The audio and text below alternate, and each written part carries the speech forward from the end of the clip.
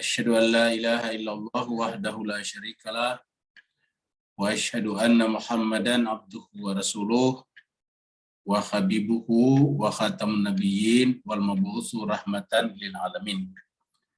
Allahumma salli ala habibina wa syafi'ina wa maulana Abil Qasimil Mustafa Muhammad.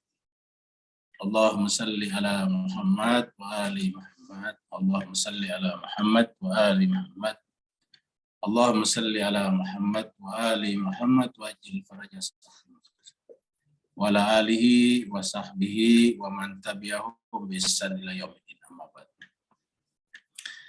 Bapak yang saya berbahagia, kita bersyukur kita bersua kembali dalam keadaan sehat walafiat. Dan pertemuan kita kali ini adalah dalam rangka kuliah ataukah mata pelajaran Irfan. Kita tahu jemaah sekalian bahwa dalam hierarki pengetahuan sebelum Al-Quran, Irfan inilah yang paling tinggi. Kalau kita di sore kita membuat urutan-urutan, dalam hierarki pengetahuan itu yang paling di bawah adalah teknologi. Teknologi adalah hasil daripada science. Jadi teknologi dilahirkan oleh sains. Sains dilahirkan oleh filsafat. Itulah sebabnya pada masa-masa awal perkembangan pengetahuan, yang namanya saintis biasanya juga adalah filosof. Di rata-rata yang namanya filosof pasti adalah saintis. Ambil misalnya matematika kita masukkan sebagai sains. Dan kita tahu bahwa filosof yang kemudian mengangkat kembali Barat dengan istilah Renaissance, kembali dari puing-puing kehancurannya di abad pertengahan, namanya Dark Age, itu adalah Descartes. Descartes itu lebih tepat kita sebut dengan Descartes kalau versi bahasa kita. Descartes. Descartes ini adalah seorang filosof terkenal dengan karyanya Meditation. Dialah yang menyampaikan satu pernyataan, dan pernyataan ini mengguncang keterbelengguan berpikir di Barat pada saat itu. Kita tahu bahwa sejak abad ke-16, abad ke-6 tahun 590, gereja melarang orang berpendapat atau berpengetahuan di luar daripada pengetahuan gereja skolastik. Sehingga dari tahun 500-an sampai tahun 1500-an itu tidak ada pengetahuan baru di Eropa, namanya Dark Age. Lalu kemudian datanglah seorang filosof besar yang bernama Descartes. Satu kata-katanya kemudian ini mengguncang Barat, yang kemudian menyebabkan Barat sadar tentang pentingnya berpikir, yaitu cogito ergo sum. Cogito ergo sum tulisannya. Aku ada karena aku berpikir. Cogito ergo sum. Saya ada karena saya berpikir.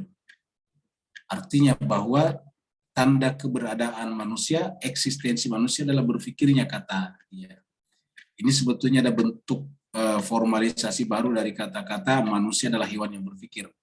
Cogito ergo sum. Aku ada karena aku berpikir. Jadi artinya manusia pada dasarnya tidak eksis, tidak mengada apabila tidak menggunakan akal pikirannya. Pada saat agama mengkerangkeng, memenjarakan berpikir, maka sebetulnya agama telah membunuh sisi terpenting daripada manusia. Dan itu yang terjadi pada Dark Age, pada masa kegelapan Eropa, yang berlangsung kurang lebih 1000 tahun. Nah, sejak zamannya Descartes itulah kemudian Barat maju, disebut dengan Renaissance. Nah, tentang Descartes ini, jemaah sekalian, atau Descartes ini, dia filosof, tapi sekaligus matematikawan. Sampai sekarang kita masih mengenal istilah diagram Cartesian, diagram Cartesius. Itu dari karyanya Descartes. Jadi Descartes ini adalah seorang matematikawan. Juga Bertrand Russell. Bapak Ibu sekalian kalau pernah membaca buku tebal yang berjudul The History of Western Philosophy, sejarah filsafat Barat. Nah, di situ penulisnya adalah Bertrand Russell. Jadi Bertrand Russell ini filosof. Tapi pada saat yang sama Russell juga adalah seorang matematikawan.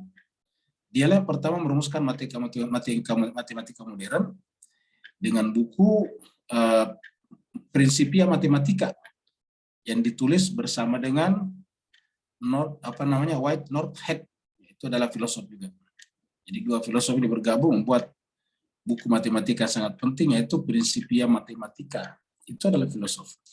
Apalagi dalam dunia Islam semua adalah filosofi ilmuwan. Ibnu Sina misalnya, dia termasuk orang terkemuka dalam filsafat wujud, filsafat peripatetisme. Tapi pada saat yang sama Ibnu Sina itu adalah berpraktik sebagai dokter dan bahkan membuat buku kedokteran yang sangat berjilid-jilid tebal itu. Kanun Fitib, seperti itu. Nah, jadi mas sekalian begitulah. Kita misalnya Al-Khwarizmi, filosof juga. Tapi kita kenal dengan matematikanya. Bapak Al-Jabar itu adalah Al-Khwarizmi. Al-Khwarizmi lahirlah kata-kata algoritma. Algoritma dipakai sekarang dalam dunia komputer misalnya, itu dari Al-Khwarizmi. Dan banyak lagi yang lain, bahwa sebetulnya sains itu adalah turunan daripada filsafat. Nah, ke atas nantinya apalagi di atasnya, yaitu irfan. Jadi di atasnya filsafat adalah irfan. Kalau filsafat itu berpikir tentang hakikat-hakikat, ingat berpikir, kalau pada saat irfan nantinya tujuan terakhirnya bukan berpikir, tapi merasakan zauq, merasakan hakikat. Dan segala sesuatu hakikatnya cuma satu, hakikat tunggal, dan itu adalah yang disebut dengan zat yang maha tinggi, atau ke dalam pelajaran sore tadi disebut dengan wujud eksistensi. Nah, jadi tidak ada selain dia, la ilaha illallah. Nah, ketika kita coba merasakan itu, maka itu adalah dalam tanda petik berdasarkan orang lain, itu adalah kegilaan. Gila dalam pengertian apa? Karena orang bisa menerima kematian sedemikian tabah, tanpa berkeluh kesah, tanpa menyesali kejadian yang terjadi, tanpa menyesali langkah-langkahnya. Kalau sudah sampai pada tingkat, karena kalau orang sudah sampai pada tingkat zauki dan merasa yang dirasakan itu adalah zat yang tunggal, maka itu adalah keindahan sejati. Mara itu illa jamila, tidak ada lagi kusaksikan kecuali keindahan. Nah, jemaah sekalian berbahagia, inilah yang kita bicarakan pada malam hari ini, kaitannya dengan sosok, figur yang telah mencapai derajat itu, yaitu cucunda Nabi yang tercinta, yaitu Sayyidina Husain, yang merupakan cucu Nabi yang kedua dari Fatimatul Zahra. Nah, jemaah sekalian, kita masuk dulu ke buku kita, ke buku irfan kita. Jadi ini adalah terakhir pembahasan kita. Ya, ini adalah tanggal 23. Judul pembahasannya adalah ini, Ma'rifat, Ibadah, dan Cinta. Ma'rifat, ibadah, dan mahabbah. Ini kecintaan adalah mahabbah. Jadi ada 3 hal yang sangat penting yang kita bicarakan, yaitu ma'rifah, mengenal Allah dengan sebenar-benarnya. Dengan mengenal Allah dengan sebenar-benarnya, kita akan bisa beribadah dengan benar juga kepadanya. Kalau kita beribadah, tapi tidak ma'rifah, kadang yang kita sembah bukan Allah yang sesungguhnya. Tapi yang kita sembah adalah keinginan-keinginan pribadi kita.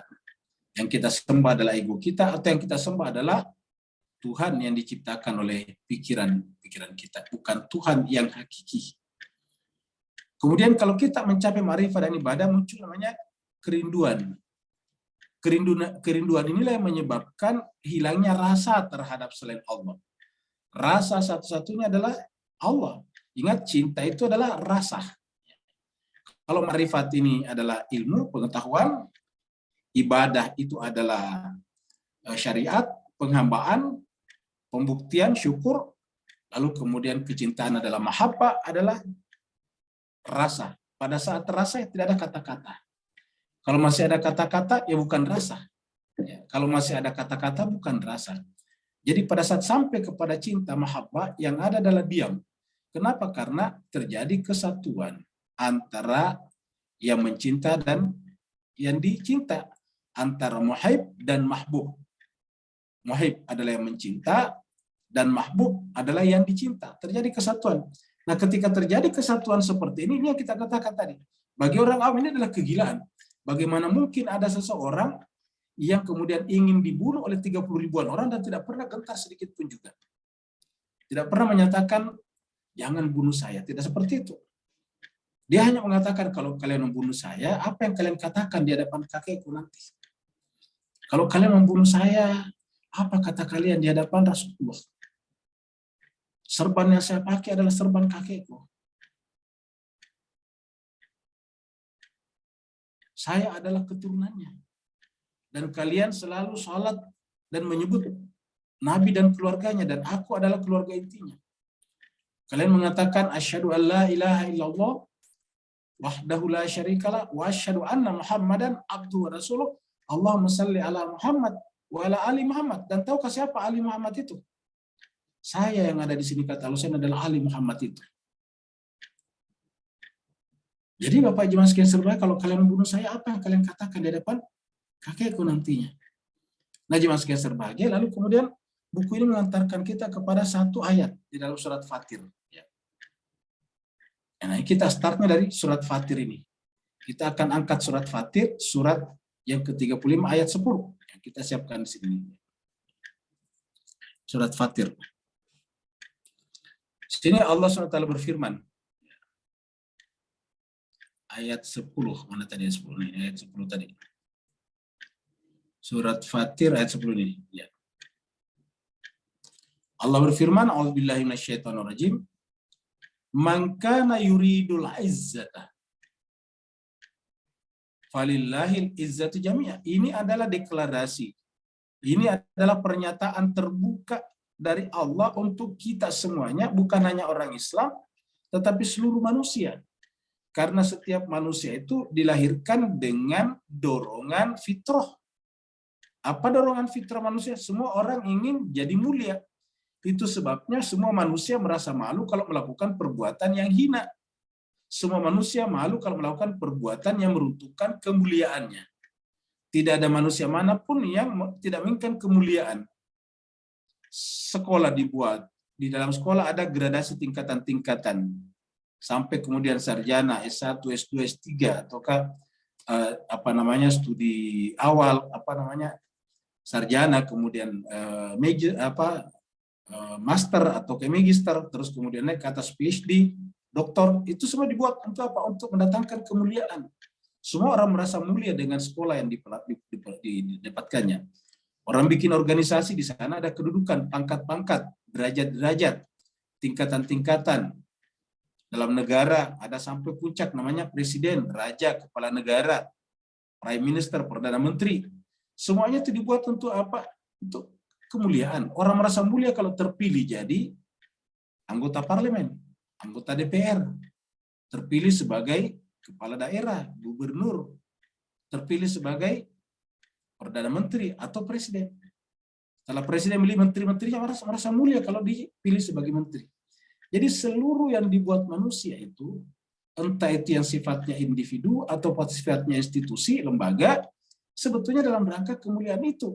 Karena setiap manusia memiliki dorongan fitrawi, dorongan alamiah untuk mencapai kemuliaan. Orang tua manapun pasti merasa bangga, senang, merasa ikut mulia apabila anaknya mencapai derajat yang paling tinggi dalam sekolahan, atau dalam kerajaan, dalam pangkat dan jabatan, dalam kekayaan. Orang tuanya merasa ikut mulia. Kenapa? Karena itu adalah dorongan alamiah. Tetapi jemaah sekalian, yang namanya kemuliaan itu bertingkat-tingkat tadi. Sekolah dari SD, elementary school, kemudian junior high school, senior high school, masuk kepada university, bertingkat-tingkat lagi di sana. Begitulah seterusnya, pangkat juga dari yang paling bawah sampai yang paling atas. Jadi artinya apa? Izzah itu adalah tingkatan-tingkatannya. Dan pertanyaan, ketika tingkatan itu terjadi, di manakah ujung daripada tingkatan itu? Puncak daripada tingkatan itu. Ayat ini mengatakan puncak kemuliaan itu adalah pada Allah. Maka ayat ini dimulai dengan kata-kata man kana yuridul izzah. Siapa yang menginginkan al-izzah, kemuliaan. Jadi man kana, siapa yang menginginkan al-izzah, kemuliaan. Falillahil izzatu jami'a. Man kana yuridul izzata, siapa yang menginginkan al-izzah, walillahil izzatu jami'an. Maka milik Allah lah al-izzah semuanya. Jadi semua yang disebutkan kemuliaan itu adalah milik Allah.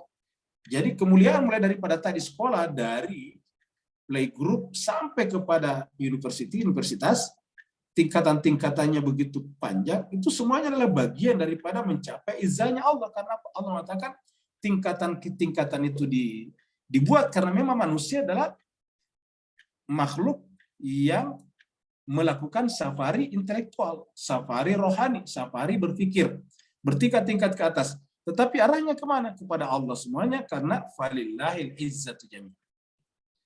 Lagi-lagi falillahil izzatu jami'. Jadi tidak ada kemuliaan kecuali adalah bersama dengan Allah.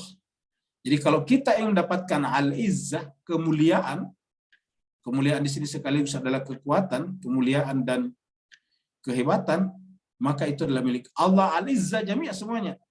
Baru kemudian setelah mengatakan al-izzah itu adalah milik Allah semuanya, tiba-tiba Allah mengatakan ilaihi, kepadanya lah yas'adul kalimut thayyibuh.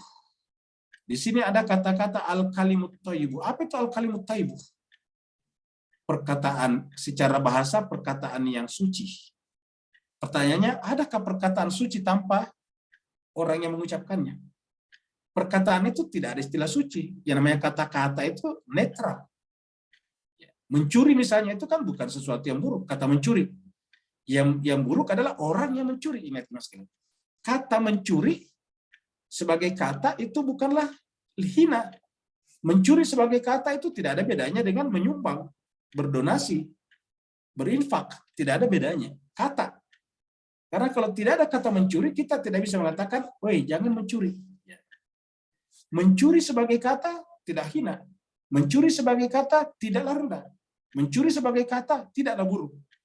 Lalu kapan mencuri menjadi buruk? Kalau ada pelakunya. Yaitu yang disebut buruk, yang disebut jahat adalah pelaku yang melakukan perbuatan mencuri. Nah, kalau ada kata-kata al-kalimut thayyibu, apakah kata-kata yang dimaksud dalam kata ayat ini? Tentu tidak mungkin. Karena tidak pernah ada kata kalau tidak ada pembuat kata. Tidak ada kalimat kalau tidak ada penutur kalimat. Maka ketika dikatakan al-kalimut thayyibu di sini pasti merujuk kepada manusia suci. At-thayyib di sini adalah manusia suci. Ini bisa kita rujuk kepada ayat yang lain dalam Al-Quran, surat Ibrahim. Diperumpamakan dengan kalimat. Daraballahu masalan kalimatan thayyibatan.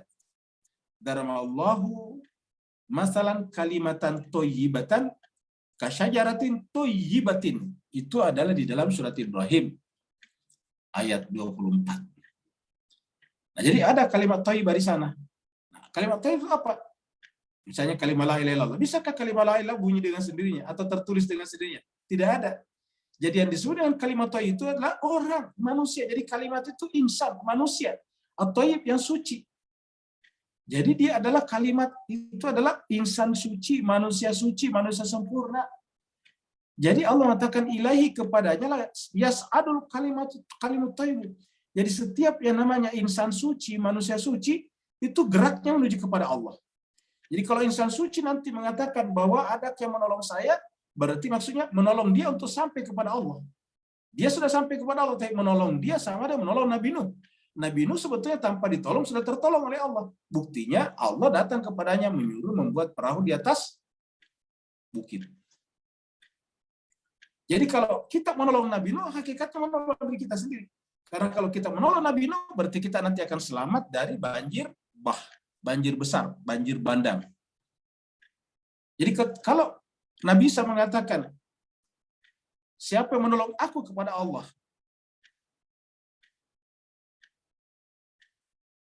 Bagaimana Nabi Isa mengatakan, kama qala Isa bin Maryam lil Khawarij, man ansari ila Allah. Man ansari, siapa menolong aku kepada Allah? Ini ilaihi ilallah. Man ansari ila Allah. Siapa menolong aku kepada Allah? Dan Nabi Isa itu adalah salah satu kalimat. Kalimat itu dia adalah kalimat Allah. Jadi namanya kalimat al-kalimut thayyibu, perkataan suci atau manusia suci itu pasti bergeraknya, ingat, bergeraknya yas'adu ilaihi. Dia naik kepada Allah. Kata-kata naik itu artinya kan gerak vertikal. Dari rendah kepada yang tinggi. Dari alam dunia kepada alam yang paling tinggi, yaitu ilahi, alam ilahi. Dari alam dunia naik ke atas alam alam malakut, jabarut, lahut. Untuk apa? Untuk sampai kepada ilahi. Hi-nya ini kepada Allah. Ilahi. Jadi ilahi itu sampai kepada Allah. Jadi yas'adul kalim. Jadi kalimat thayyibah membawa orang naik ke puncak vertikal yang paling tinggi, puncak piramida wujud, yaitu kepada Allah. Jadi kalau kita bersama dia, dia akan membawa kita ke sana. Dan artinya bahwa kemuliaan di sini adalah bersama dengan al-kalimut thayyibu. Kalau kita tidak bersama dengan al-kalimut thayyibu, berarti kita tidak akan mendapatkan al-izzah di sini. Karena dikatakan tadi, falillahil izzah, milik Allah al izzah. Dan untuk sampai ke sana, al-kalimut thayyibu. Ilaihi yas'adul kalimut thayyib. Baru kemudian, wal amalus salih yarfa'uhu. Nah, ada kata-kata al-kalimut thayyib, baru wal amalus salih. Artinya, kalau kita lihat urutannya ini, Pak Gus sekalian, amal saleh itu disebut amal saleh kalau bergabung bersama dengan al-kalimut thayyibu. Karena al-kalimut thayyibu ini adalah orang saleh.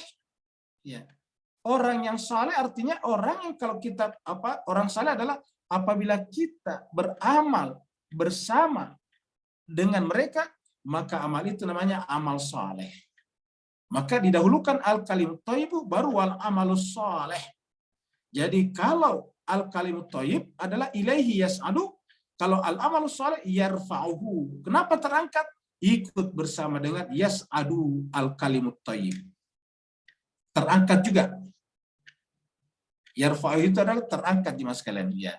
Jadi yarfa' itu terangkat sebetulnya. Kalau ini naik benar-benar yas'adu. Makanya dalam bahasa Arab itu lift itu kan mengangkat. Seperti yang di gedung-gedung, lift. Itu namanya al-mis'ad, mas'ad atau mis'ad. Itu adalah alat untuk mengangkat kita ke atas. Ya, itu adalah lift. Nah, sedangkan yarfa dari kata rafa yarfa itu terangkat. Jadi amal saleh itu terangkat. Kapan terangkatnya? Apabila berurutannya nih. Al-kalim thayyib wal amalus saleh. Yarfa'u. Baru kemudian lawannya. Walladzina yamkuruna sayi'at.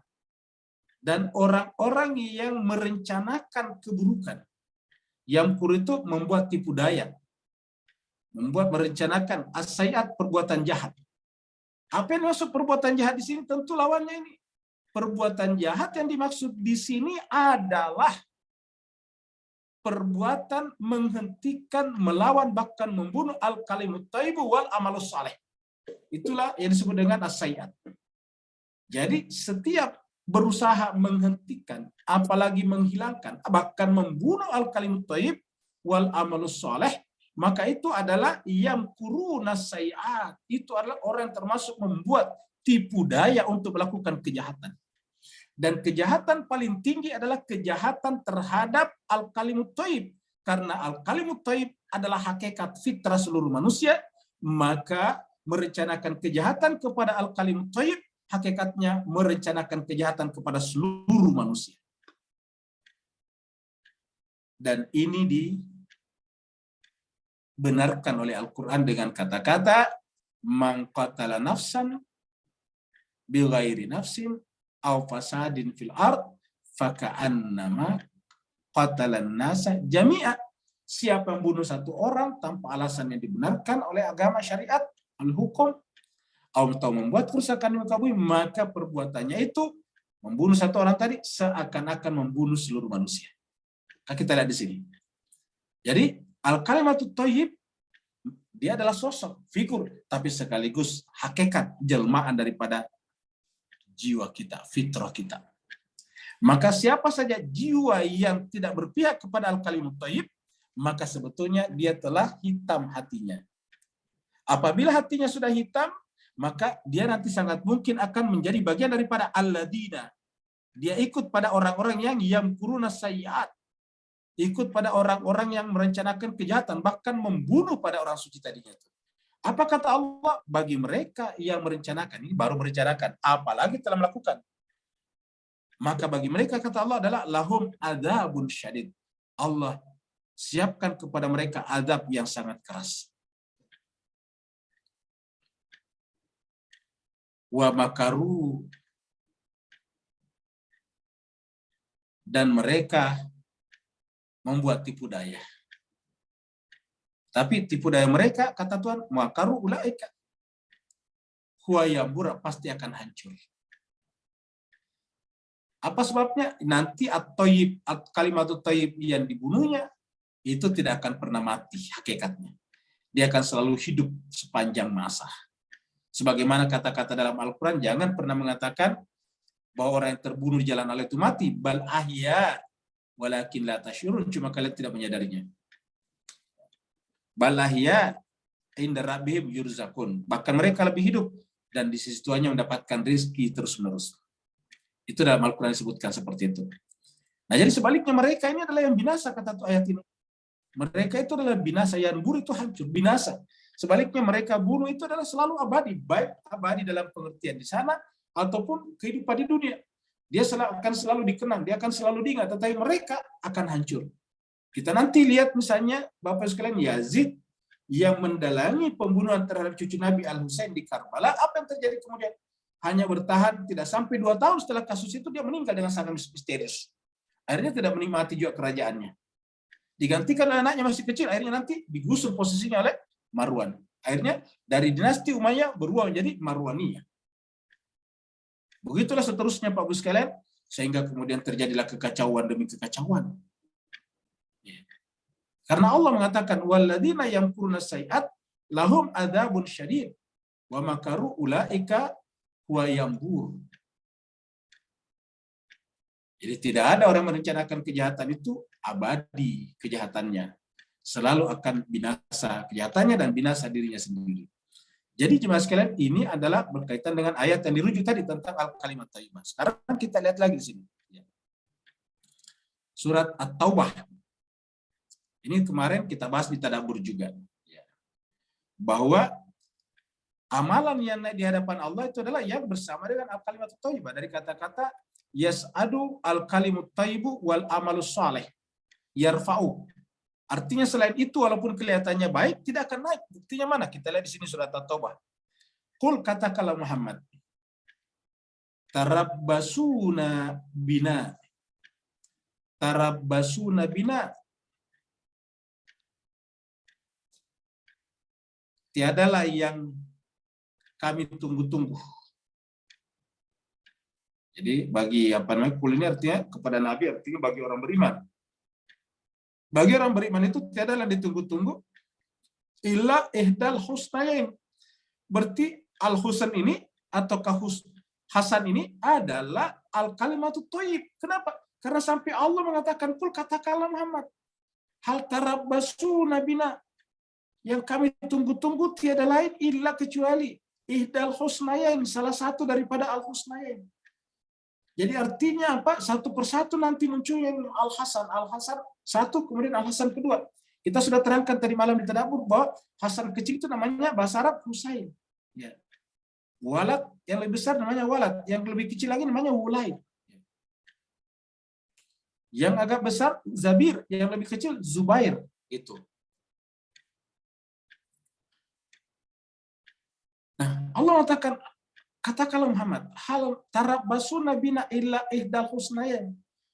Terutama yang ditunggu-tunggu nanti adalah Hasan yang kedua karena berkaitan nanti hadis yang akan kita tunjukkan. Yang kita dapatkan di dalam Ahmad. Jadi illa ihdal husnayn. Wa nahnu natarabbasu bikum. Dan kami menunggu untuk kalian yaitu ayyusibakumullah. Allah akan menimpakan kepada kalian azabin, sama tadi di sini kan? Ya. Sama tadi di sini. Walladzina yamkuruna sayyi'at lahum adzabun syadid. Berarti apa yang kurunya di sini? Apa tipu dayanya di sini? Tipu dayanya adalah nanti akan membunuh Al-Husain yang kedua. Karena ihdal husnain. Wa nahnu dan kami tarabbasu menunggu kalian. Apa yang menunggu? Ayyusibakumullah. Allah akan menimpakan musibah kepada kalian bi adzabin min indihi. Azab dari sisinya. Kalau tadi di sini disebutkan azabun syadid ini, azabun syadid. Jadi tiada yang kami tunggu kecuali adalah azabun min indihi dari di sisi Allah SWT. Au bi aidina, atau kamu akan binasa melalui tangan kami. Jadi ingat pada melalui tangan kami. Kapan? Di kemudian hari. Karena nanti ada kata kalimat, walau la kalimat. Walaulah kalimatun sabaqat, ada kalimat satu lagi yang tersisa. Fatarabbasu, maka tunggulah. Inna ma'akum, sungguhnya kami bersama kalian mutarabbisun, termasuk orang-orang yang menunggu. Ini adalah Taubah ayat 52. Baru kemudian 53. Kul katakan Muhammad, anfiqu, belanjakanlah, berinfaklah. Tau'an au karha, sukarela ataupun terpaksa. Tetapi apa kata Allah? Walaupun kalian berinfak dengan sukarela ataupun terpaksa, karena kalian tidak berada di belakang tadi al-kalimul thayyibu, apa yang terjadi? Lan yutaqabbala minkum, sama sekali tidak akan pernah diterima dari kalian. Jadi syaratnya diterima apa, jemaah sekalian? Syaratnya tadi diterima adalah di sini, ya, yaitu ilaihi yas'adul kalimut thayyibu wal amalus salihu yarfa. Jadi amal yang tidak bersama dengan al-kalimus salih tidak akan yarfa, tidak akan diangkat. Di sini istilahnya tidak diterima. Lan yutaqabbal, tidak akan diterima. Kata-kata la yutaqabbal ini kita temukan dalam surat Al-Maidah kaitannya dengan Habil dan Kabil. Dua-duanya berkorban, dua-duanya beribadah, dua-duanya menyembah Tuhan. Tetapi yang satu tidak melibatkan hati dan pikirannya, maka kemudian apa yang terjadi? Ditolaklah kurbannya daripada Kabil dan kemudian marah lalu membunuh Habil. Jadi terjadi pembunuhan. Allah mengatakan, kul anfiqu tau'an aw karha, silakan belanjakan harta kalian sukarela ataupun terpaksa. Tetapi ingat, sebanyak apapun infak kalian kalau tidak bersama dengan al-kalimut thayyibu tadi, maka lan yutaqabbala minkum. Lannya di sini sama sekali tidak akan pernah diterima amal kalian itu, walaupun kelihatannya infak. Innakum, karena sesungguhnya kalian dengan cara berbelanjakan harta tapi di belakang yang membunuh, yang melawan, yang menentang daripada al-kalimut thayyibu, adalah menunjukkan kalian adalah satu komunitas, satu kumpulan orang yang fasiqin, fasik. Innakum kuntum qauman fasiqin. Karena dengan demikian ketika kalian bersama dengan orang-orang yang menentang tadi, al-kalimut thayyibu adalah hakikatnya adalah sebuah kaum, sebuah komunitas, sekelompok orang yang fasikin fasik. Wa ma mana'ahum antuk kebala minhum. Nah, tentu ada pertanyaan, kok kenapa tidak diterima? Kan infak. Kan berkorban, berbelanja, mengeluarkan hartanya, uangnya, tenaganya. Diterangkan di ayat 54. Wa ma mana'ahum an tuqbala minhum nafaqatuhum illa. Jadi tiadalah yang menghalangi, tiadalah yang mencegah diterimanya dari mereka nafaqatuhum, nafkah mereka, infak mereka. Kalau bahasa kitanya donasi mereka, donation mereka. Illa, kecuali annahum, basungnya mereka itu kafaru billahi wa bi rasulihi. Dia hakikatnya ingkar kepada Allah dan Rasulnya. Karena begitu menentang Rasulnya, hakikatnya menentang Allah. Apa tanda mereka mengimani Rasulnya, Pak Bus sekalian? Kalau dia membunuh dengan sangat sadis orang yang dicintai Rasulnya, yaitu cucunya. Semua umat Islam tahu bagaimana cintanya Rasul kepada cucunya Al-Husain dan Al-Hasan dan Al-Husain. Sedangkan yang disebut dengan cinta itu adalah juga mencintai yang dicintainya, membenci yang dibencinya. Kalau kita cinta kepada Allah, maka kita harus mencintai yang dicintai Allah, membenci yang dibenci Allah SWT. Kalau kita mencinta kepada Rasul, kita harus mencintai yang dicintai Rasul dan membenci yang dibenci Rasul. Dan di antara yang paling dicintai Rasul itu adalah cucunya seorang.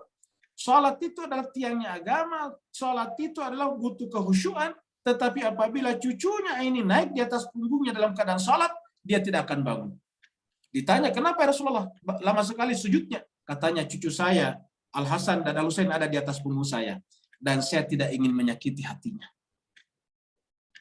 Kalau saya bangun dan dia jatuh, dia mungkin terluka hatinya. Dan saya tidak ingin melakukan itu.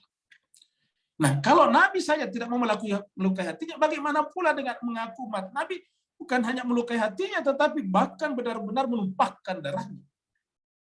Allah mengatakan bahwa wa ma mana'ahum an tuqabbala minhum tidak ada yang menghalangi mereka untuk diterima daripada nafkahnya, donasinya, illa kecuali annahum basumnya mereka itu kafaru ingkar billahi kepada Allah wa birasulihi dan kepada rasulnya, walayatuna sholata illa wahum kusala. Ayat ini menjelaskan bahwa mereka ini orang Islam, buktinya sholat. Ini sholat nih. Cuma kata Al-Quran, layatuna sholata, mereka tidak mendatangi tempat sholat, mereka tidak melaksanakan sholat, illa kecuali wahum kusala, kecuali dalam keadaan malas. Tapi Bapak Ibu sekalian, coba perhatikan ayat ini. Menggunakan kata-kata yatuna, mendatangi. Bukan yukimuna, kan harusnya wala yuqimuna sholata, kan biasanya begitu Pak. Harusnya wala yuqimuna sholata. Tapi di sini adalah wala yatuna. Ini yatuna biasanya pasangannya zakat. Ya. Yuqimuna sholat wa yutuna zakat, kan biasanya begitu Pak. Tapi di sini yatuna ini dipasangkan dengan sholat. Yatuna itu secara bahasa artinya datang, mendatangi sholat. Nah, apa itu sholat? Sholat itu adalah sosok juga sebetulnya. Bahwa sholat memang ada gerakannya berdiri sujud, tetapi dia punya hakikat. Salat itu hakikatnya adalah insan kamil, manusia suci. Jadi Rasulullah itu adalah salat itu sendiri. Manusia suci, insan kamil adalah salat itu sendiri. Ya. Maka mereka ini mendatangi Rasul sebetulnya kusala, dalam keadaan malas, tidak full heart, tidak sepenuh hati. Mana buktinya? Di dalam surat Al-Jum'ah diceritakan ketika Nabi sedang salat di atas mimbar, dan Nabi itu adalah salat adalah pada hakikatnya, apa yang mereka lakukan? Mereka meninggalkan Nabi ketika mereka mendengarkan ada bunyi-bunyian hiburan yang berasal dari pasar. Ada topeng monyet yang dimainkan di pasar oleh para pedagang yang baru masuk ke kota Madinah. Ketika Nabi sedang berkhutbah, mereka semuanya meninggalkan. Mereka sebagian besar meninggalkan Nabi. Mereka meninggalkan Nabi ketika Nabi dalam keadaan berdiri berkhutbah.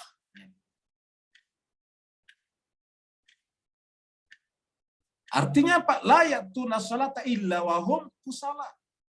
Ini pengulangan kasus mereka meninggalkan Nabi ketika sedang berkhutbah adalah juga terulangnya kembali kasus pada zaman Nabi Musa.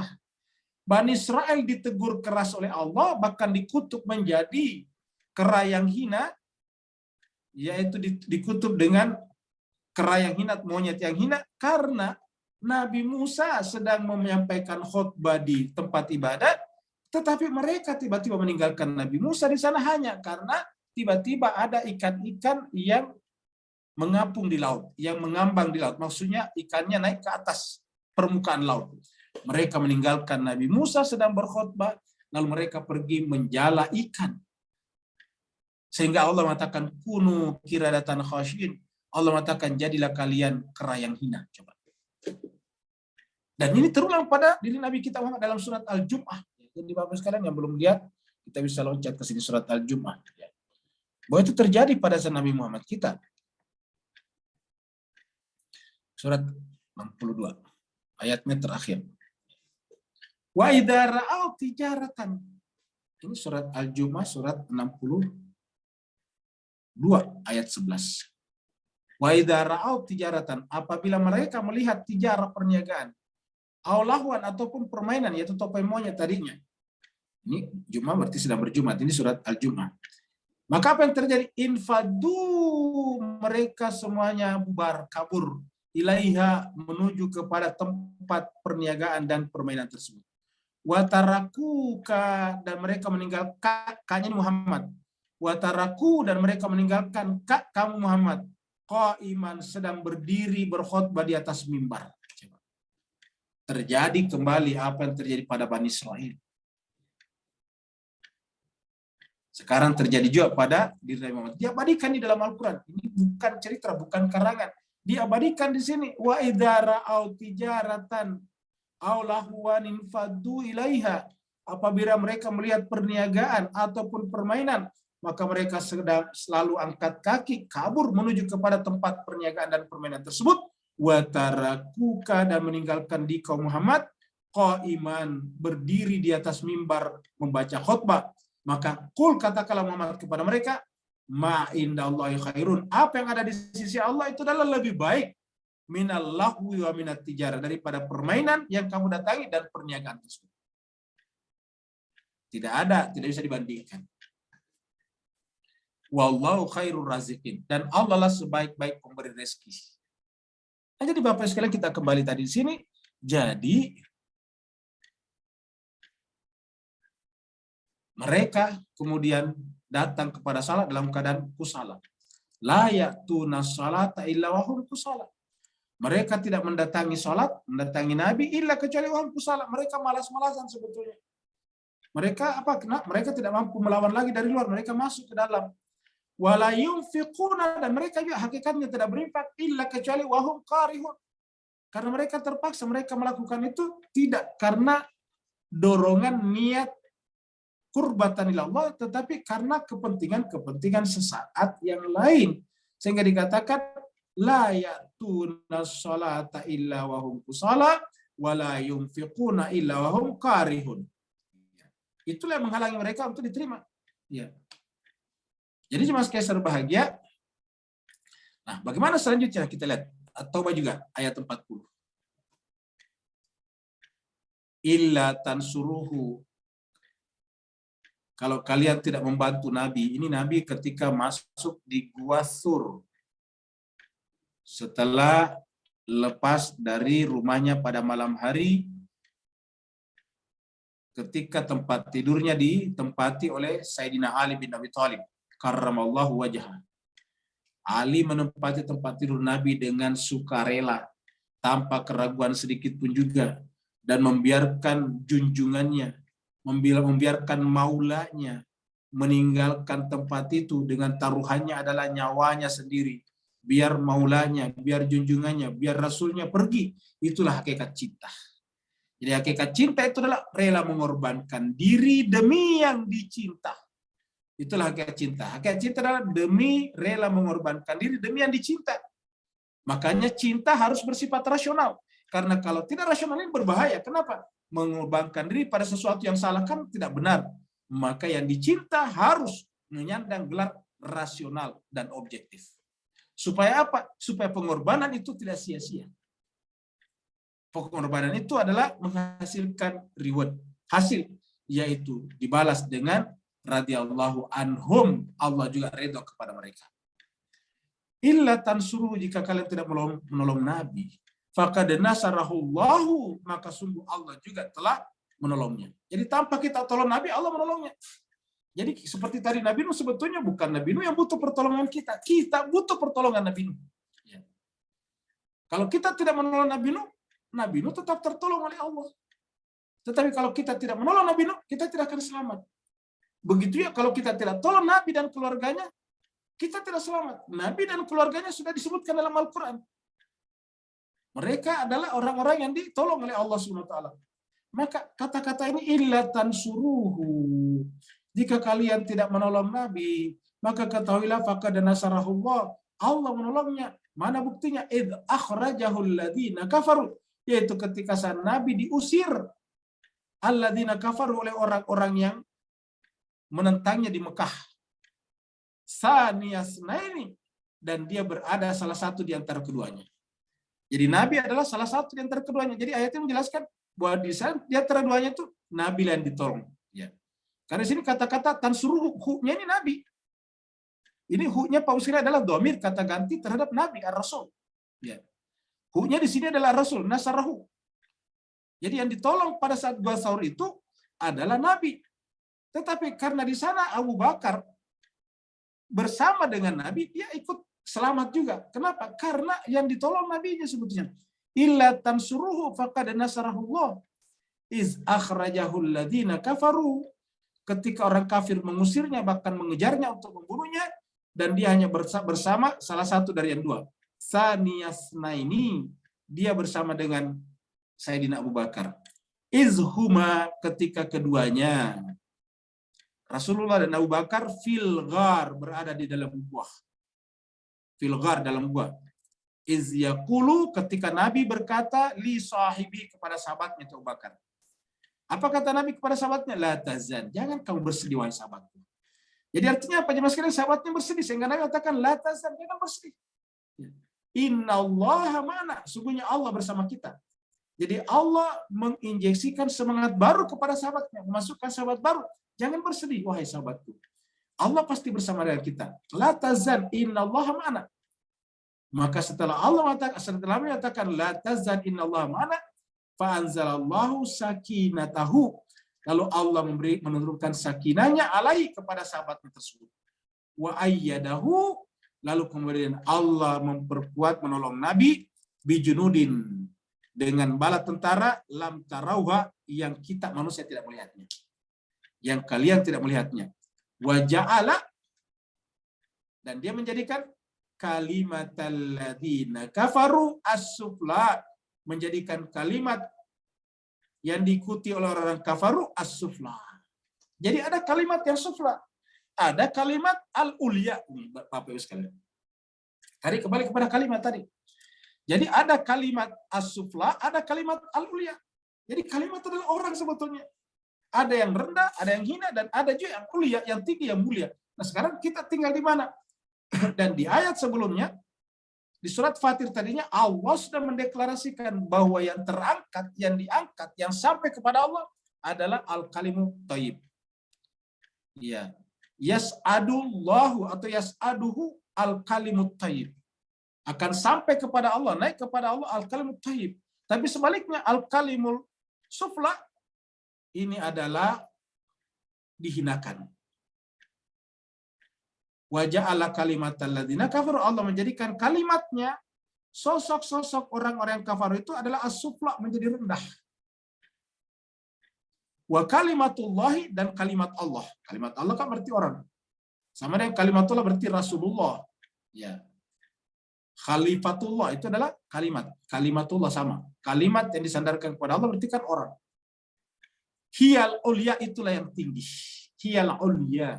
Kata ulia dari kata Ali. Ali itu artinya tinggi. Wallahu, dan Allah itu adalah azizun, maha perkasa lagi maha bijaksana.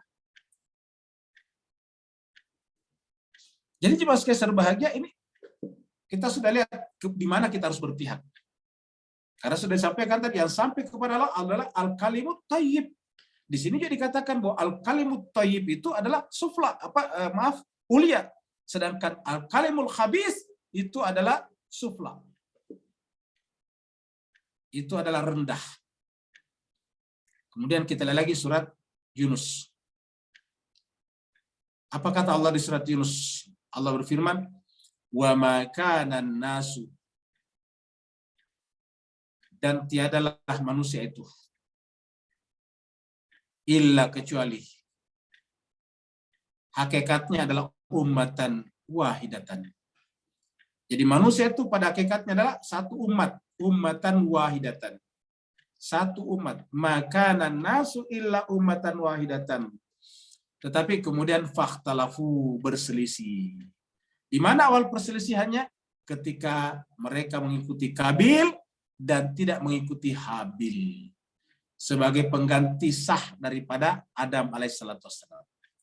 Jadi Adam alaihissalam begitu dia lahir, punya anak, dipersiapkan Habil sebagai penggantinya. Tetapi kemudian yang namanya Kabil bisa membuat kata-kata, bisa meramu kalimat-kalimat, sehingga banyak orang yang terikut padanya, sehingga kemudian melawan Habil. Persis seperti iblis. Ketika Allah menyuruh seluruh makhluk sujud kepada Adam, maka iblis menolaknya, membangkang. Karena abawa wastakbar. Itu yang terjadi pada Kabil dan Habil. Itu nanti yang terjadi pada Samiri dengan Harun. Jadi hakikatnya manusia adalah ummatan wahidatan. Lalu siapa yang membuatnya berselisih? Ya tentu mereka yang punya kepentingan dalam perselisihan itu, yaitu mereka juga pengen jadi pimpinan padahal bukan dipilih oleh Allah SWT. Tidak apa-apa dia menjadi pimpinan selama tidak disandarkan kepada Allah. Tapi yang menjadi masalah adalah ketika mereka yang menjadi pimpinan, kepala atau ketua, tetapi disandarkan kepada Allah. Menyebut dirinya sebagai khalifatullah, tapi dipilih oleh manusia. Kalau namanya khalifatullah, sama dengan Rasulullah, dipilih oleh manusia, dipilih oleh Allah. Kalau kita menggunakan kata Rasulullah, berarti kan Rasul itu dipilih Allah. Nabiullah, Nabi dipilih Allah. Khalifatullah, Khalifah dipilih Allah. Tetapi adalah menjadi kontraproduktif apabila kita menyebutnya khalifatullah tapi dipilih oleh manusia. Nah, khalifah yang dipilih oleh manusia inilah, atau pemimpin yang dipilih manusia inilah nantinya, tetapi menggunakan baju agama nanti yang menyebabkan ikhtalafu. Terjadilah perseteruan. Terjadilah perpecahan. Dan mereka mau melakukan apa saja, termasuk mengorbankan insan suci dan putra manusia suci. Fakhtalafu, maka terjadilah ikhtilaf. Walaula kalimatun sabakat. Ini kalimat lagi di sini. Seandainya bukan karena ada satu kalimat lagi yang tersisa. Kalimat sini tunggal. Walaula kalimatun sabakat.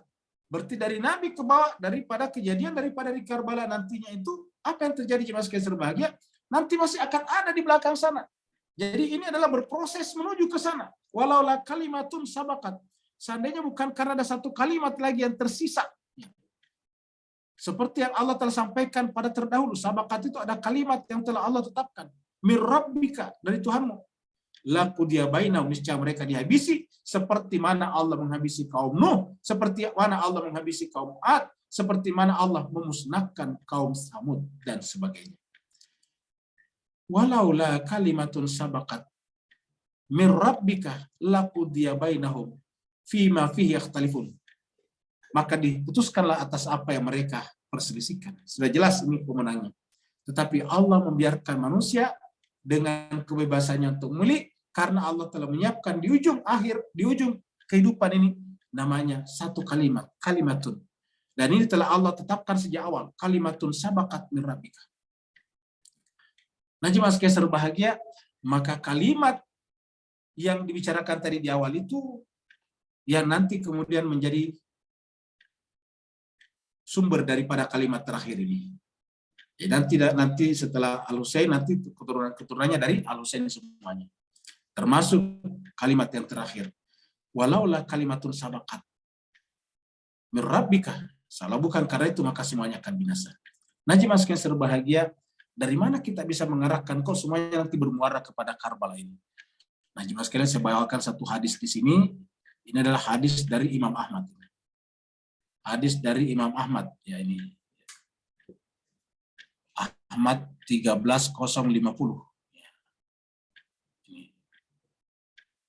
Hadis 3050, ya, sisa Musnad Ahmad yang banyak meriwayatkan hadis, ya, sisa Musnad. Ini dari Musnad Ahmad, ya, Musnad dari diambil dari cerita-cerita yang disampaikan oleh Anas bin Malik. Nah, mari saya bacakan Bapak sekalian. Kita ambil dari Musnad Ahmad nomor urut hadis 13050. Musnad Ahmad ini termasuk Kutubus Sittah, Kutubus Tis'ah juga. Kutubus Tis'ah dan Kutubus Sittah. Jadi jemaah sekalian, Ahmad ini adalah salah satu perintis mazhab. Jadi ada mazhab Hanafi, ada mazhab Maliki. Jadi kalau Hanafi berarti Imam Hanafi. Ada mazhab Maliki berarti Imam Malik. Ada mazhab Syafi'i, Imam Syafi'i. Ada mazhab Hambali dari Ahmad. Itu Hambali itu sebenarnya dari Ahmad. Namanya Ahmad bin Hambal. Jadi Ahmad bin Hambal diambil namanya mazhab Hanbali. Kalau dikatakan mazhab Hambali berarti dari Ahmad. Jadi ini adalah perintis mazhab, salah satu mazhab besar di Islam, yaitu mazhab Hambali.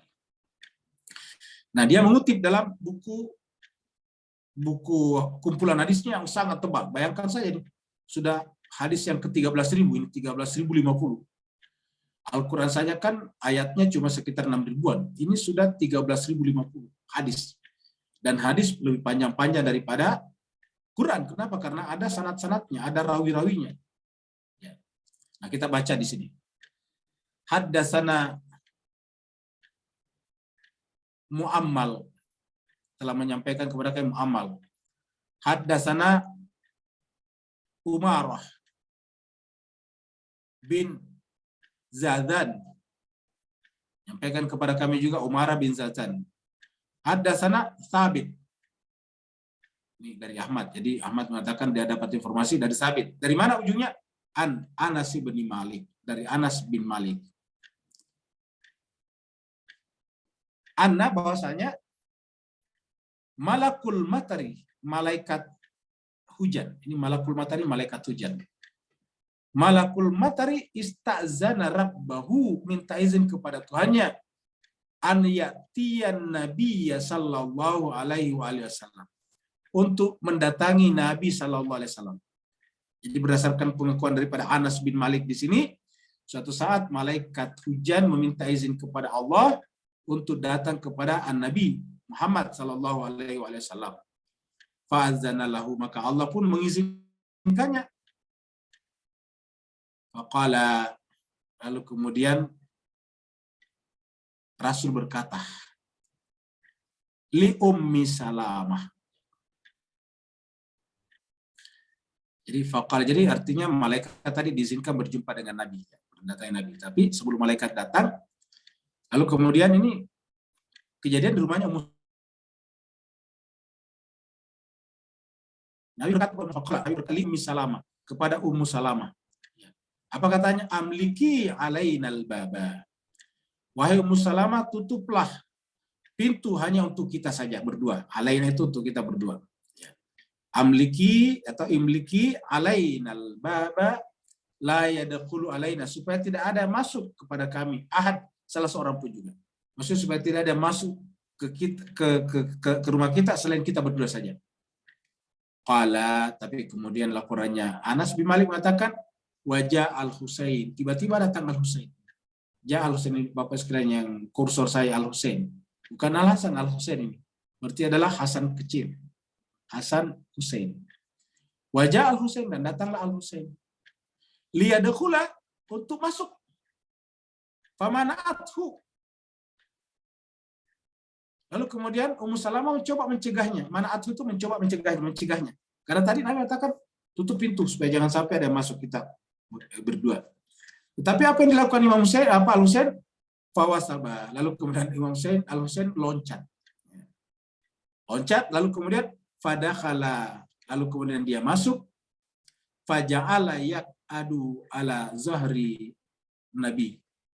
Dia masuk, lalu kemudian dia mendudukkan dirinya di mana? Yak'adu itu artinya mendudukkan dirinya di mana? Ala zahri. Di atas punggung An-Nabi sallallahu alaihi wasallam. Coba. Kata Imam Ahmad bahwa Al-Husain masuk, ya, lalu kemudian duduk di atas punggung Nabi. Zuhr ini punggung Nabi sallallahu alaihi wasallam. Wala mankibi, lalu kemudian di atas pundaknya juga. Wala atiqihi, yaitu di atas lengannya juga. Jadi pokoknya pindah-pindah tempat. Tapi di atas tubuh Nabi. Qala, kemudian Anas bin Malik meneruskan ceritanya. Faqala al-Malik, kata Malik, Imam Malik, ya kata apa, Anas bin Malik, faqala al-malaku lin Nabi, maka malaikat itu berkata kepada Nabi. Jadi ternyata di saat tadi itu berdua itu ada malaikat di sana, malaikat hujan tadi sudah sampai di sana. Lalu masuklah Al-Husain. Lalu kemudian melihat Al-Husain begitu lincahnya menaiki Nabi, punggungnya, pundaknya dan lengannya. Lalu kemudian malaikat berkata, faqala al-malak, malaikat berkata kepada Nabi sallallahu alaihi wasallam, atuhibbuhu, apakah engkau mencintainya? Ini atuhibbu, apakah engkau ya Muhammad mencintainya? Mencintai Al-Husain maksudnya. Hu-nya di sini adalah kata ganti dari Al-Husain. Atuhibbu, apakah engkau mencintainya? Qala, kata Nabi, na'am, betul. Ya, yes. Na'am, betul wahai Malaysia mencintainya. Jadi kan jelas sekali pertanyaan, atuhibbu, apakah engkau mencintainya? Nabi menjawab, benar, saya mencintainya, na'am. Qala, lalu kemudian malaikat menyampaikan lagi, amma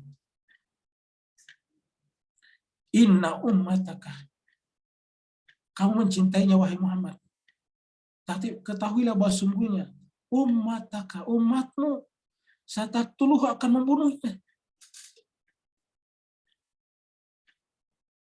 kamu mencintainya wahai Muhammad.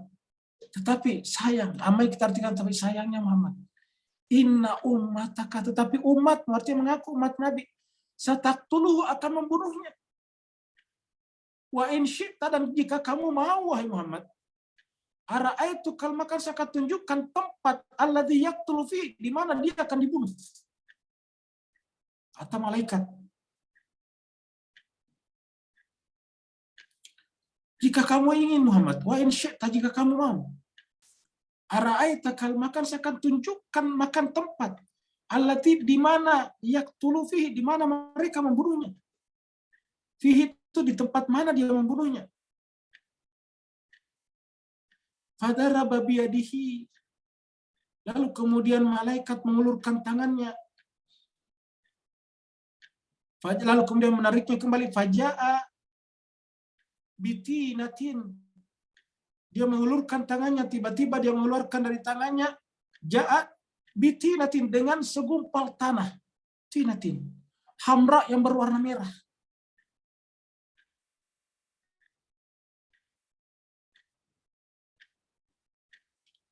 Malaikat mengeluarkan tangannya dan mengeluarkan dari tangannya bitinatin hamra, tanah yang berwarna merah, darah. Faghazataha Ummu Salamah, lalu tanah itu diambil oleh Ummu Salamah. Fasaratha fi khimariha, lalu kemudian dia menyimpannya di dalam khimarnya, dibungkusnya dengan khimarnya. Khimar itu semacam penutup kepalanya perempuan, kayak jilbab kalau kita di Indonesia. Ummu Salamah mengambil tanah itu, lalu kemudian dibungkusnya fi khimari, di dalam khimarnya, di dalam penutup kepalanya, di dalam jilbabnya. Qala, lalu kemudian Anas bin Malik kemudian menyampaikan, qala Sabit, bahwa Sabit, ini tadi dari Sabit. Kemudian Sabit melaporkan, balagana, bahwa belakangan ke kami dapatkan laporan bahwa annaha, bahwa tanah yang dimaksud itu adalah tempatnya di Karbala. Ini masih kejadian pada saat itu. Jadi belakangan informasi baru datang bahwa tanah yang merah itu yang disimpan oleh Ummu Salamah adalah tanah Karbala. Dan apa yang terjadi kemudian Mas Kaiser bahagia? Maka pada hari kejadian itu, tanggal 10 Muharram, Ummu Salamah bangun dari tidurnya dalam keadaan menangis.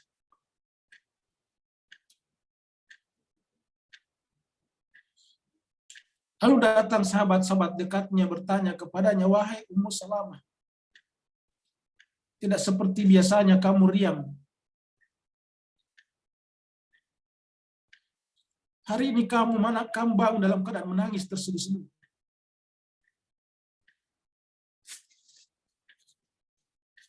Ada apa gerangan yang terjadi? Ummu Salamah bercerita selanjutnya, bahwa tadi dalam tidur saya melihat dengan jelas Rasulullah datang kepadaku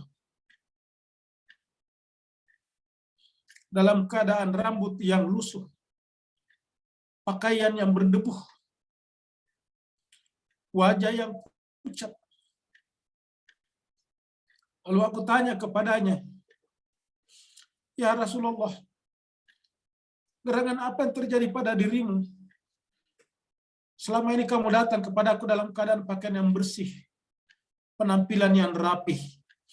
Sekarang kamu datang dalam keadaan rambut yang lusuh, pakaian yang berdebu, wajah yang pucat, dalam keadaan lemas. Ada apa yang terjadi?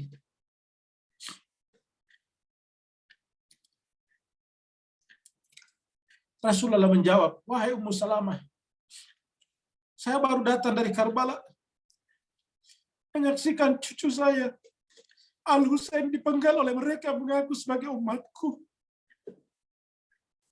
Mereka menombaknya, mereka memanahnya, mereka memisahkan tubuh dan badannya.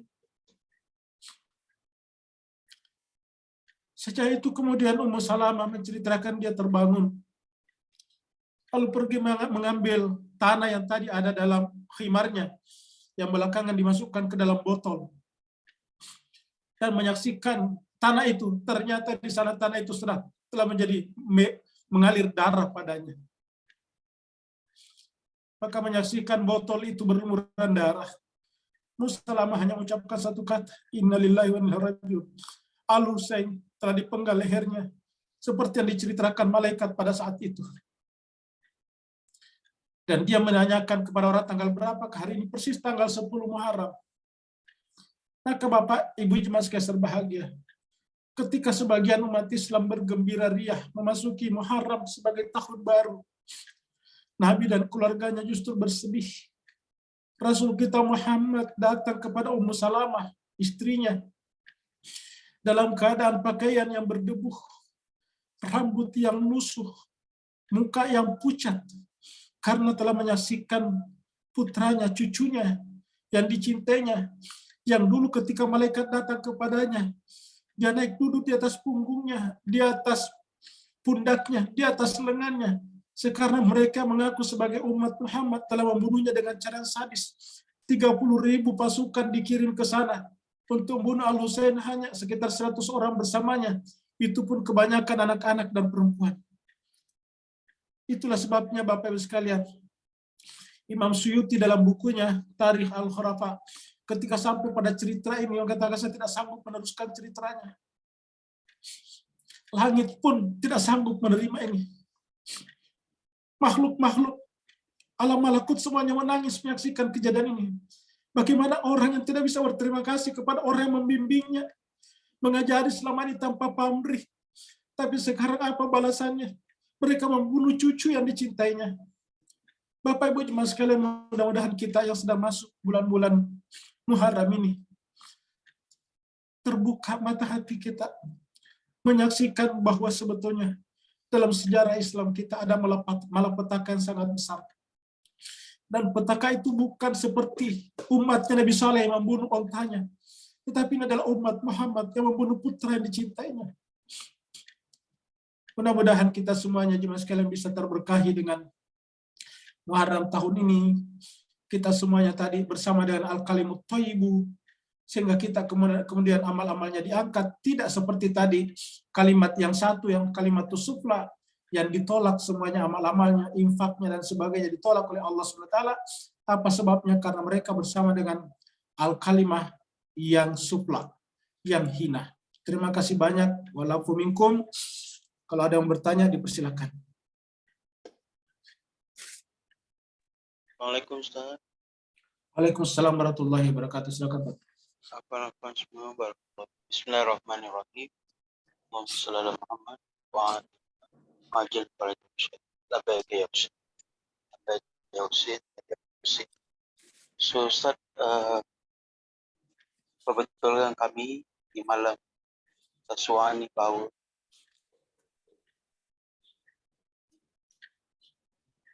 Imam Husain alaihissalam adalah tajali cinta, di mana demi mendambakan pertemuan menyatu dengan Tuhan tadi, puncak jamuan irfani di padang Karbala itu sendiri adalah pertemuan di alam sana dengan datuknya Rasulullah, ayahnya Amirul Pondok Fatimah Zahra, saudaranya Hasan alaihissalam, serta para nabi dan wali yang menunggu mereka di alam sana, walaupun alam sini tidak tersirat dengan pandangan tersebut. Dan ini adalah satu jamuan yang istimewa, mengakibatkan Bonda Zainab alaihissalam mengatakan marah itu kita jadi beri pencerahan malam Ustaz. Barakallahu fiik. Apa-apa. Baik, terima kasih banyak Pak Nur. Jadi Bapak Ibu jemaah sekalian, seluruh ayat yang berbicara tentang jangan kira orang yang terbunuh jalan Allah itu mati adalah mati, semuanya mengarah kepada kisah seperti ini. Kita lihat dalam surat Al-Baqarah. Kita lihat dalam surat Al-Baqarah, surat yang kedua.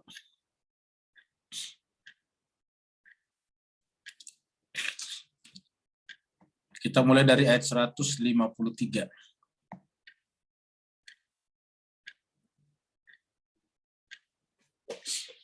Allah berfirman, ya ayyuhalladzina aman, wahai orang beriman, ista'inu bis sabri. Allah mengatakan minta pertolonganlah dengan sabar, ataukah kepada sabar, atau melalui sabar. Ya. Bukan dengan sabar, tapi melalui sabar ini. Jadi as-sabar di sini sebetulnya punya hakikat, punya orang.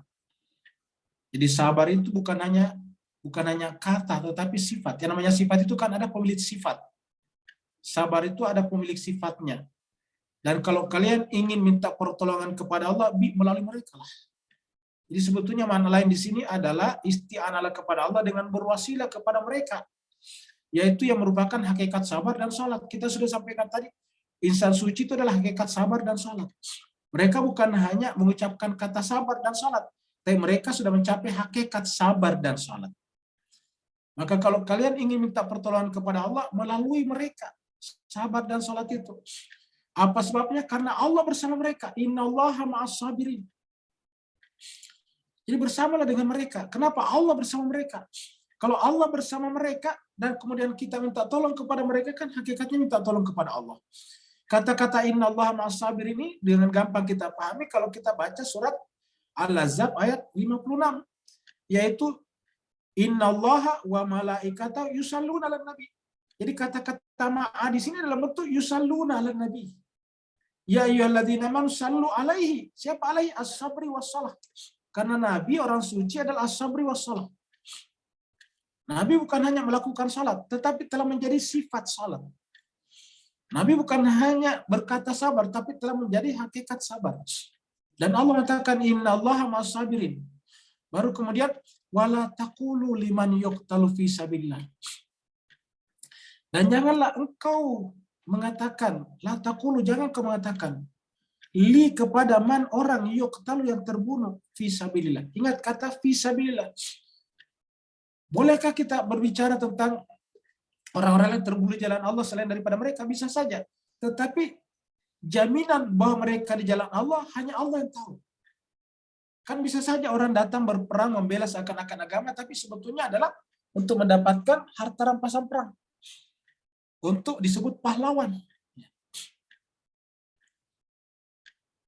Jadi kata-kata yuqtalu fi sabilillah ya ini hanya mendapatkan pembenaran jaminan untuk mereka yang telah ditunjuk oleh Allah. Seperti dalam kata innama yuridullahu liyudhiba ankum rijsa ahlal bait wa yutahhirakum tathira. Nah, kalau dia terbunuh berarti dia adalah fisabilillah. Dan Al-Husain termasuk di dalam ahlul bait tadi. Innama yuridullahu liyudhiba ankum rijsa ahlal bait. Surat Al-Ahzab 33. Jadi jangan katakan kepada orang yang terbunuh di jalan itu mati. Bal ahyaun, bahkan mereka itu hidup. Makanya kita bisa mengucapkan salam kepadanya karena dia hidup. Ahya. Dan salam kita pasti akan dijawab. Kenapa? Dia hidup. Ahya. Walakin la tascu, maka kata Tuhan kalian tidak menyadarinya. Walakin la tashurun, kalian tidak menyadarinya. Baru walanabluwannakum bisyai'in minal khaufi. Kita akan diuji dengan sesuatu dengan ketakutan. Dalam rangka apa? Ikut bersama orang sahabat tadinya. Bersama dengan orang-orang yang terbunuh jalan Allah ini. Kita diuji dengan ini. Apakah kita tetap bisa bersama dengan mereka walaupun kita dikepung dengan ketakutan. Walaupun kita dipaksa untuk menerima kelaparan. Wa naqsim minal amwal, harta rampasan, harta kita dirampas. Atau tidak diberi akses kepada pendapatan yang halal. Wal anfus, bahkan nyawa kita terancam. Was samarat, kehilangan makanan, buah-buahan. Mereka yang bisa menerima ujian dan cobaan seperti inilah yang disebut dengan wabasyiris sabirin. Gembirakanlah orang sabar itu. Nah, cuma sekalian, yang pasti bisa melakukan semua ayat 155 ini adalah Al-Husain. Karena ketika dia dikepung di Karbala, tidak diberi akses kepada sungai Efrat, sungai Furat, makanan dan minuman habis, tidak pernah berkeluh kesah. Tidak pernah menyesal. Semua ini. Dan karenanya dialah yang paling berat menyandang as-sabirin wa basyiris sabirin. Yang karenanya dengannya lah Allah bersamanya. Innallaha tari ma'a sabirin. Terbukti alladzina idza asabat musibah qalu inna lillahi wa inna ilaihi raji'un. Yaitu apabila ditimpa musibah, mereka mengucapkan inna lillahi wa inna ilaihi raji'un, maka inna lillahi wa inna ilaihi raji'un paling berkesan dan paling mencapai puncaknya ketika ini diucapkan kaitannya dengan yang terbunuh tadi di 155 ini. Atau 154 tadi. Ulaika mereka itulah alaihim salawatu min rabbihim. Mereka itu adalah orang yang Allah berselawat kepadanya min rabbihim. Wa rahmah dan rahmat. Bapak sekalian, kita tidak akan bisa selamat di akhirat kalau bukan rahmat Allah. Ashabul Kahfi bisa selamat masuk dalam gua karena rahmat Allah. Doanya Rabbana atina min ladunka rahmatan wahai lana min amrina, itu adalah doa Ashabul Kahfi ketika masuk ke dalam gua.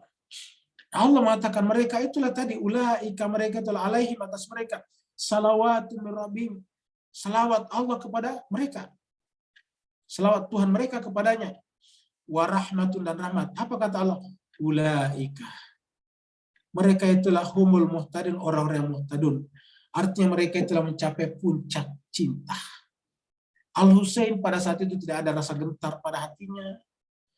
Bahkan pada malam-malam 10 Asyura dia meminta orang meninggalkannya. Tetapi semua pengikutnya tidak ada meninggalkannya, bahkan menangis. Wahai imam, bagaimana kami bisa meninggal kamu seorang diri di sini? Apa nanti kata kami di hadapan Rasulullah? Ketika dia bertanya, di mana Al-Husain? Dan kami berkata, kami meninggalkannya di Karbala seorang diri. Orang-orang bersama dia itu adalah orang yang muhtadun. Kenapa? Al-Husain sudah tidak ada padanya. Ada hanya petunjuk saja. Yang ada hanya Allah saja. Al-Huda dari Allah. Dia adalah fana. Pada diri Al-Husain itulah berlaku kata-kata kullu man 'alaiha fan. Dirinya, egonya, keakuannya sudah tidak ada. Semuanya sudah fana. Wa yabqa wajhu rabbika dzul jalali wal ikram, maka dia adalah merupakan wajah Tuhan kepada kita. Ketika egonya, keakuannya sudah tidak ada, puncak cinta itu tercapai, fana itu sudah terjadi, maka yang ada hanya dia saja melalui dia Allah melalui manusia suci tersebut. Namanya wajahnya. Wa yabqa wajhu rabbika dzul jalali wal ikram. Semuanya fana, semua binasa.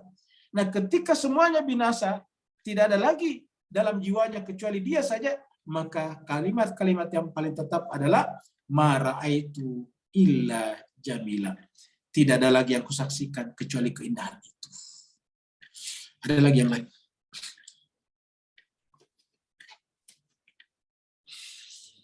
Ada Ustadz. Ya, silakan. Pertanyaan di kolom chat.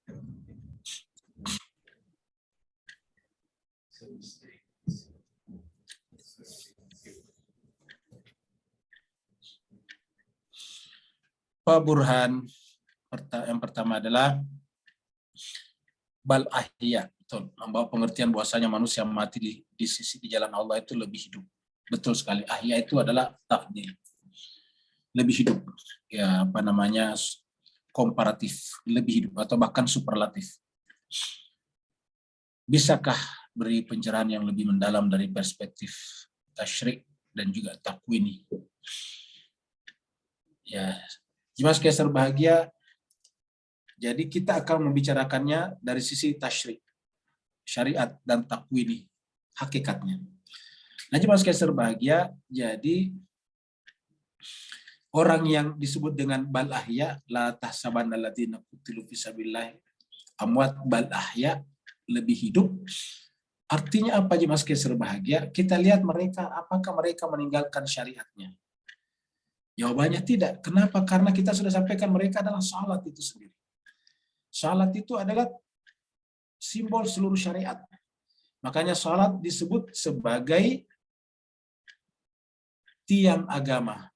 Amududdin atau imaduddin. As-salatu imaduddin. Salat itu adalah tiangnya agama. Jadi puncak daripada syariat itu ada pada salat. Dan kita sudah sampaikan bahwa mereka itu adalah salat itu sendiri. Karena mereka bukan hanya melaksanakan sholat, tetapi telah menjadikan sholat itu adalah sifat mereka. Jadi sifat sholat itu telah menjelma secara sempurna pada jiwa mereka.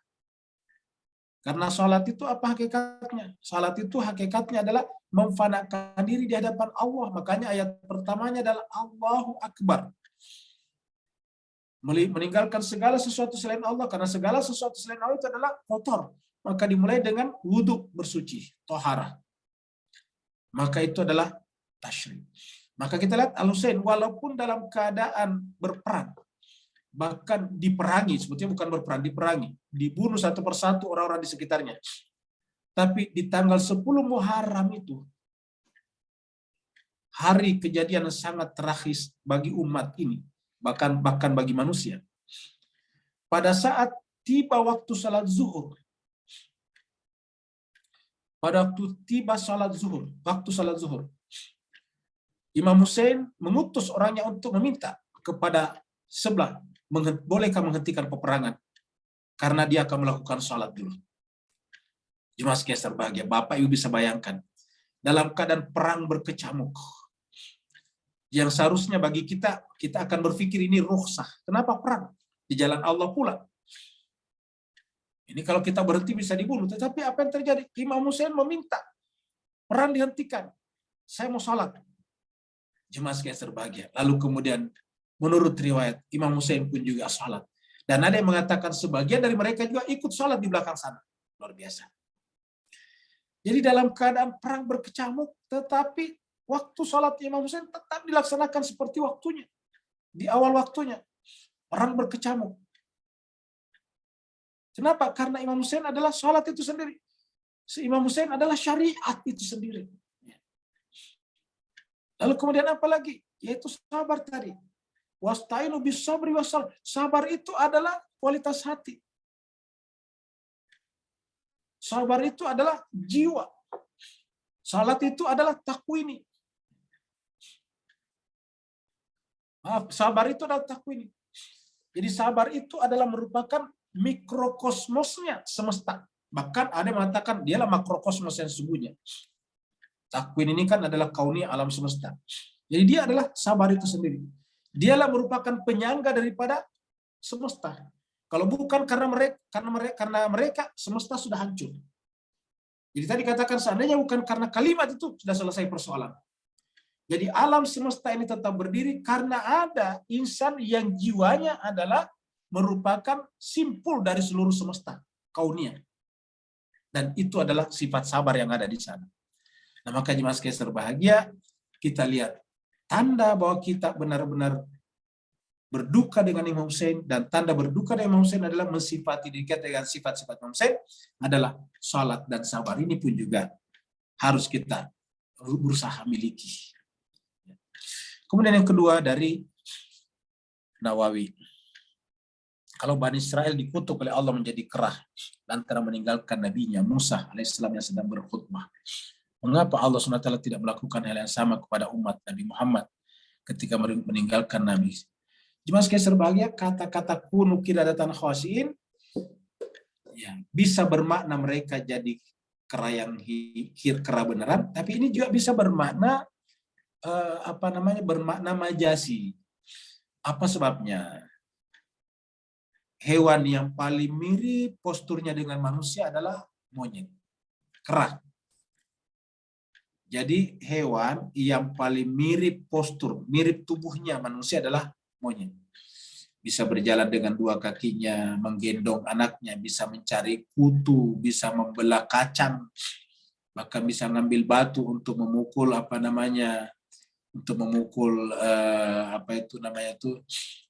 kacang, ya, ataukah kemiri. Kalau kemiri kan itu ada batoknya, dipukul sama dia itu pakai batu, itu sih kera. Kera bisa bersusun-susun tadi itu cari kutu. Ya. Kalau dia jalan digendong anaknya, dia juga menyusui anaknya. Jadi pokoknya hewan yang paling mirip dengan manusia adalah kera dan semacamnya, kera, orangutan dan sebagainya. Kalau misalnya kuda, ya jauh dari manusia, walaupun ada kemiripannya karena sama-sama hewan. Kenapa? Kuda jalan 4 kakinya, gitu. Tidak memegang dengan tangannya. Tapi kalau monyet memegang dengan tangannya. Jadi paling mirip. Nah, lalu apa bedanya monyet dengan manusia? Postur sama. Sifat-sifat biologisnya sama, yaitu menyusui anaknya, menggendong anaknya, mencari kutu, ya, berpegang di ranting-ranting pohon, berjalan dengan kakinya. Bedanya cuma satu, yaitu berpikir. Jadi berpikir. Hewan, monyet tidak berpikir. Dan apa itu pikiran? Pikiran itu adalah alat yang Allah berikan kepada kita sebagai tangga untuk sampai kepada puncak. Jadi berpikir itu adalah geraknya vertikal seharusnya, menuju kepada puncak piramida eksistensi, wujud. Nah, kalau itu tidak digunakan, maka kemudian kita adalah menjadi hewan. Dan Allah untuk membimbing kita untuk sampai ke puncak, diutuslah nabinya. Maka ketika mereka menentang nabinya, bahkan memilih ikan-ikan di lautan, maka artinya apa? Mereka kembali seperti monyet yang hina. Mereka sudah kehilangan akal sehatnya. Maka Allah katakan, kunu kiradatan khasyin. Jadilah kalian monyet yang hina. Jadi itu yang lebih tepat. Dan ini dikuatkan oleh ayat di surat lain. Surat apa? Di surat Al-Anfal.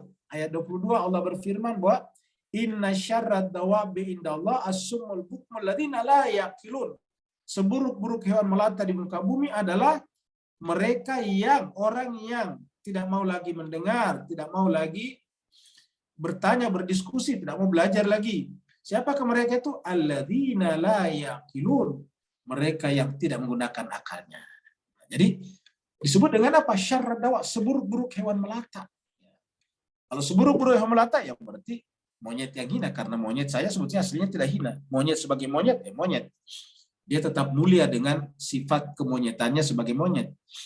Ya, tetapi manusia ketika memiliki sifat-sifat monyet, ya dia hina. Itu yang pertama, itu yang apa namanya, pengertian majasinya. Kemudian, ya ini adalah hukum membinasakan seperti dalam surat Al-Anfal juga ini 33. Jadi maka Allahu liyu'adzibahum wa anta fihim wa ma kana Allahu mu'adzibahum wa hum mustaghfirun. Jadi ada syaratnya di sini. Pertama adalah Allah tidak akan membinasakan mereka selama engkau ada di tengah-tengah mereka. Apa artinya di tengah-tengah mereka? Artinya ada di dalam hati mereka dalam bentuk salawat. Salawat mencintai Nabi. Karena kalau ada secara fisik, Nabi sekarang sudah tidak ada. Yang kedua adalah istighfar. Karena dengan istighfar, Nabi istighfarkan kita. Seperti dalam surat An-Nisa ayat 64. Ya. Jadi dengan demikian yang disebut dengan apa namanya, disebut dengan ya apa namanya, ya diazab di sini antafihim itu engkau Muhammad ada fi padanya. Fi itu di dalamnya sebetulnya. Yaitu selalu berwasilah kepadamu dengan tawassul, dengan apa? Dengan selawat. Karena Nabi mengatakan siapa yang berselawat kepadaku akan kubalas selawatnya 3 kali. Bahkan ada hadis 10 kali. Siapa yang berselawat kepadaku 1 kali akan aku berselawat kepadanya 3 kali. Aku akan berselawat kepadanya 10 kali. Ya, artinya apa? Berselawat artinya menghadirkan Nabi pada diri kita, dan kalau Nabi bersama dengan kita tidak akan mungkin diazab. Nah, cuma sekalian berbahagia, apakah mereka tidak diazab yang melawan Nabi? Dia sebetulnya diazab. Buktinya mereka hilang. Dinasti Umayyah runtuh, dinasti Abbasiyah juga runtuh. Kita sekarang tidak ada lagi yang bekas, boleh dikata tidak ada bekas-bekasnya. Jadi sudah tidak ada mereka. Padahal kan pernah mereka melakukan berbagai macam cara untuk merebut kekhalifahan itu pada saat itu dengan membunuh Al-Husain. Tapi apa yang terjadi kemudian tadi? Binasa. Bahkan kalau kita tahu ceritanya, bagaimana ketika Abbasiyah mengalahkan dinasti Umayyah dengan menggali kuburan tokoh-tokoh mereka dibakar. Luar biasa. Jadi mereka juga sebetulnya dibinasakan karena mereka tidak ada pada saat itu. Tidak ada lagi yang berkelanjutan sampai sekarang. Sebaliknya yang mencintai Nabi dan keluarganya, yang mencintai Al-Husain sampai sekarang masih bertahan, bahkan semakin banyak simpati kepadanya. Ya, kita lihat yang namanya memperingati syahadanya Al-Husain ini sekarang sudah ada di berbagai macam penjuru dunia. Bahkan dari berbagai penjuru dunia orang datang ke Karbala setiap tahun juga untuk apa? Untuk menempuh perjalanan yang pernah ditempuh oleh Al-Husain dan yang ditempuh oleh wanita-wanita yang ditinggalkan oleh Husain, yaitu yang bersama dengan Husain, lalu kemudian dikerangkeng berjalan kaki dari Karbala menuju ke Kufah pada saat itu. Perjalanan ini kemudian ditempuh kembali sekarang. Ya, puluhan juta orang datang setiap tahun. Nah, sebaliknya mereka yang berbicara tentang dinasti Umayyah dan Abbasiyah sekarang sudah tidak ada lagi. Tidak ada orang yang datang ke tempat-tempat mereka. Bahkan kita tidak tahu di mana sekarang kuburan mereka. Nah, jadi seperti itu. Baik Bapak sekalian, karena waktu kita sudah habis, terima kasih banyak atas kehadirannya, partisipasinya. Semoga kita semuanya. Ada pertanyaan lagi ternyata, maaf Ustaz. Dari siapa, Bu? Dari, tunggu sebentar saya lihat. Bu Yeni Ustaz. Baik, dari Bu Yeni. Ya. Dari Ibu Yeni. Ya, kita lihat.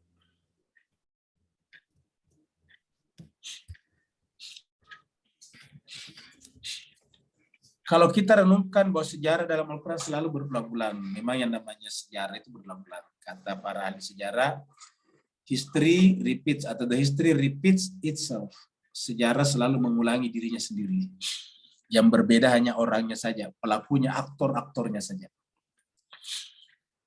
Selalu peristiwa Habil dan Kabil, peristiwa Karbala, dan sampai akhir zaman hanya ada dua kubu, Hizbullah dan Hizbus Syaitan. Betul sekali. Di sini kita dituntut untuk mempelajari sosok-sosok yang berada di pihak Allah dan sosok yang berada betul sekali. Ya, saya kira betul. Jadi saya kira betul. Jadi Allah sudah menjelaskan ada dua, Hizbullah, Hizbus Syaitan, ahli surga, ahli neraka. Kita tinggal memilih sekarang, mempelajari. Dan ada penuntunya, ada guidance-nya, yaitu Al-Quran. Jadi Al-Quran ini adalah guidance, Al-Quran ini adalah penuntun untuk menemukan sosok, figur, tokoh yang berkategori Hizbullah dan meninggalkan tokoh sosok yang berkategori Hizbus Syaitan. Karena Hizbus Syaitan dan Hizbullah ini tidak terkait dengan agama sebetulnya, karena buktinya yang membunuh tadi Al-Husain di Karbala orang yang mengaku Islam juga. Dan kita lihat tadi ayat-ayatnya, orang berinfak, orang sholat dalam keadaan malas. Dari tadi mereka sholat. Dengan demikian kita tidak bisa melihat dari sisi sholatnya saja atau zahirnya saja. Dan Al-Quran yang membenarkan bahwa ada orang sholat tapi celaka. Fawailul lil musallin. Ada orang sholat, rajin sholat tapi fawailul lil musallin. Jadi dengan demikian untuk mengenal sosok ini, ya ini menyangkut masalah kualifikasi, kualitas. Dan kualitas hanya bisa kita kenal melalui Al-Quran, karena Al-Quran lah Allah yang tahu kualitas seseorang. Yang kita tahu kan kuantitas, tapi kualitas kita tidak tahu. Karena kuantitas itu kan terindrai, tapi kualitas tidak terindrai. Maka yang bisa mengetahui kualitas adalah Allah SWT, dan Allah menurunkan kepada kita Al-Quran untuk kita jadikan sebagai bahan renungan untuk mencari sosok-sosok yang berkategori Hizbullah dan sosok-sosok yang berkategori Hizbus Syaitan. Terima kasih banyak. Wassalamualaikum warahmatullahi taala wabarakatuh. Waalaikumsalam warahmatullahi wabarakatuh. Terima kasih Ustaz. Terima kasih Bapak Ibu semua. Terima kasih Ustaz.